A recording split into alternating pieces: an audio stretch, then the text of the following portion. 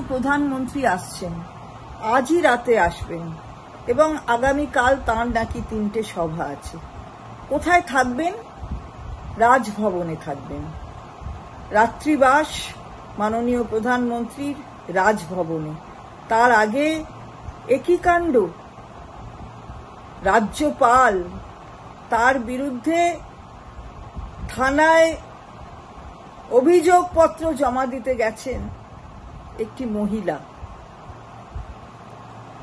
নারী নির্যাতনের অভিযোগ রাজ্যপালের বিরুদ্ধে।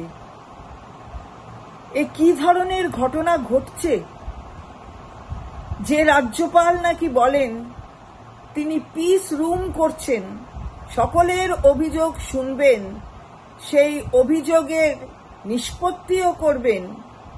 আমরা তো আগেও বলেছি, আবার বলছি, সেই পিস রুম কি আসলে নারী সম্মানের পিস হ্যাভেন হয়ে গেছে, যেখানে বারবার মাননীয় প্রধানমন্ত্রী নারী শক্তি বলছেন, সেখানে রাজ্যপাল তিনি নারীর অপমান করছেন, অসম্মান করছেন। এ কি ঘটনা ঘটছে?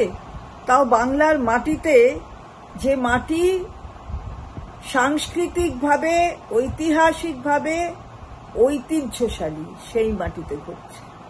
ছি।